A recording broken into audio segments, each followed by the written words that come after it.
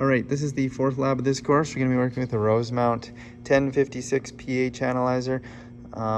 Actually, this can also work with conductivity probes and stuff like that as well, but currently we have a pH probe wired in here. So yeah, it's a 1056, and the probe that we have wired in, the pH probe, is a 3900 VP-1-10, right up there, model number. So I've got this wired in here. You can see the probe. The probe is wired in right here, and then we've got power wired up over here. So the probe also has a RTD along with it too, so we can measure temperature right here. I'll just bring you in closer to the probe. All right. There, I think we should be able to see it. There's a glass electrode up in here. It's kind of protected here, but there's a glass electrode there for our pH probe. It's got a buffer solution inside of it. And you can see it's kind of pinkish in color. It's got the same buffer solution here. This is a buffer solution with a pH of 4.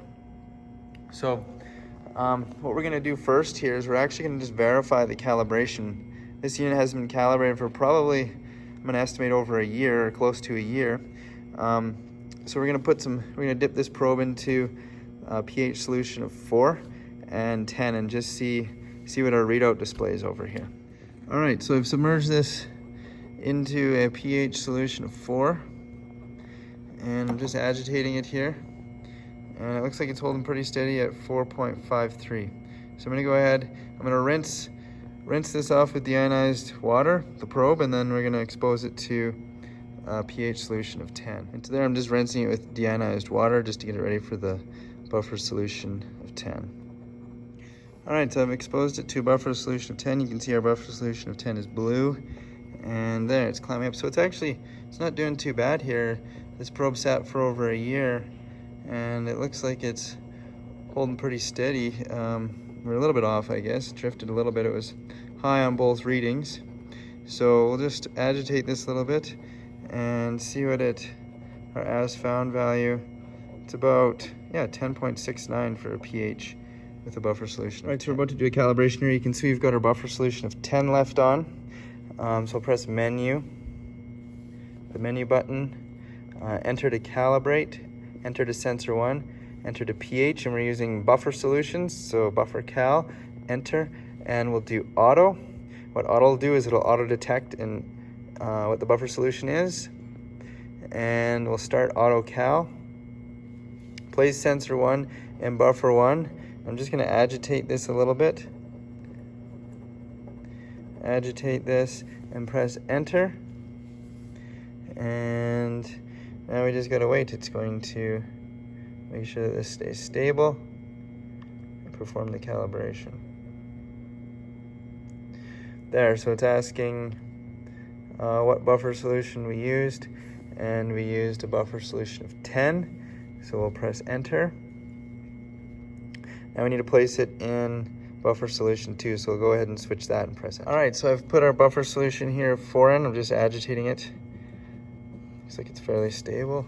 So once we place sensor in buffer 2, so we've used 4, we'll press enter, and now I'll just wait here, and I just continue to agitate it just to make sure that it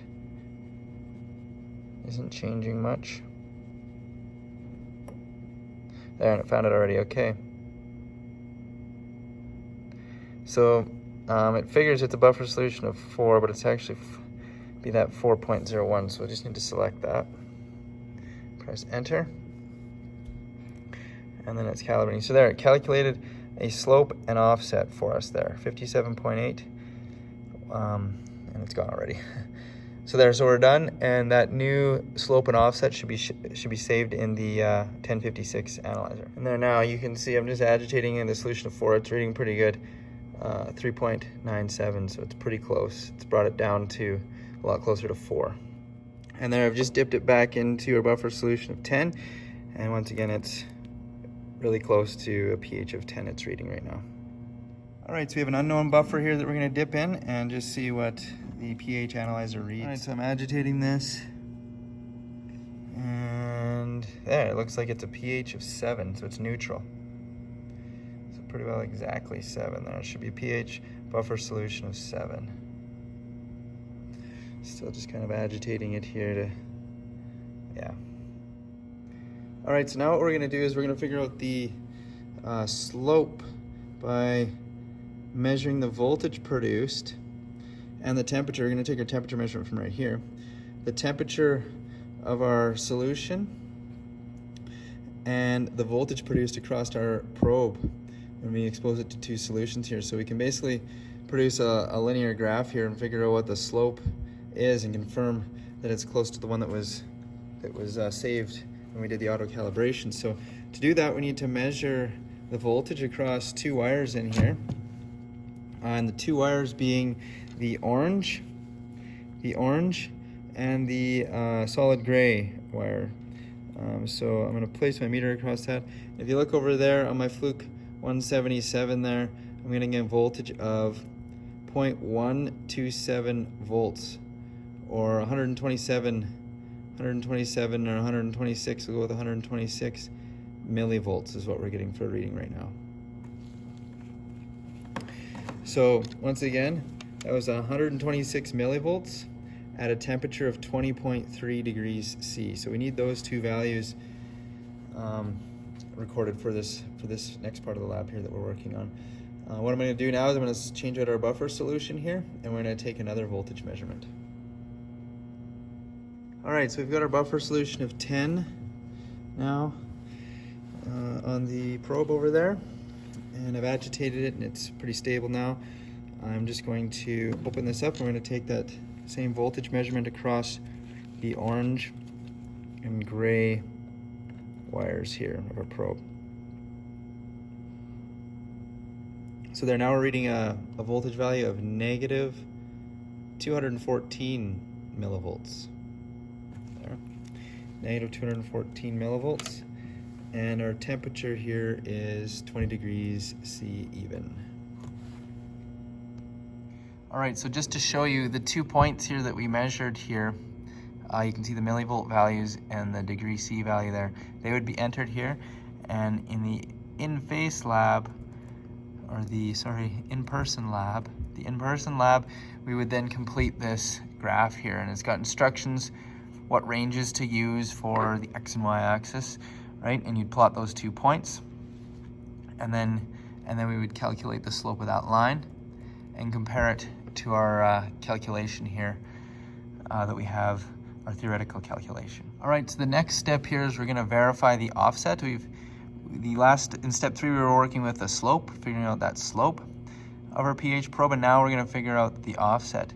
So to do that, we need to put a jumper across the orange and gray leads, and we can use our Fluke meter actually set on current, because it'll act just like a jumper. Just because if the current generated by the probe, it's going to be so low that it won't. There's a fuse in our meter, talks about this here. There's a fuse in our meter that it could blow, but since 400 milliamps is higher than our probe can generate, it won't blow the fuse. So we're going to use that as a jumper, and then we need to record the pH reading at 0 millivolts. We need to record that here, and that's what jumpering across the probe is going to do, is it's going to bring the voltage rate down, and we're going to see what our pH reading is. So let's do that. All right, so to do this, we need to take, I need to move a lead here on our meter. I need to move it over to the 400 milliamp terminal on the leader to measure current. And we're going to watch this display over here. Just get the reflection off there. We're going to watch this display to see what the pH reading is when we short circuit our pH probe to bring it right to 0 volts. And that'll tell us, that'll give us a pH value here. And it's probably going to be slightly off of 7. We'll see what it is here. So I've got this set. I'm going to just put this to current as well. Milliamp. There we go. Milliamp DC. And we'll just see if there's any spike in current when I do this, when I actually do the jumper. So let's go ahead and do this. We've got orange and gray set, and here you can see our meter right here is dropping, or sorry, our reading right here, our pH value dropped, and now it looks like it's stable at 6.24. So our reading will be 6.24 with that jumpered out. 6.25, I guess. We'll go with 6.25. So I'm gonna remove this. We'll probably see it start to climb up soon. So there, we got our reading. All right, there you can see that our reading is coming back up to 10 here after we just jumpered out the probe. So it'll eventually come back up to a reading of 10. We're all finished now, everything that we need to do for this lab, so you should have all the information now. We've taken all of our readings that we need. You should have all the information now you need to complete the lab. So I'm gonna go ahead and clean this up now. Thank you for tuning in.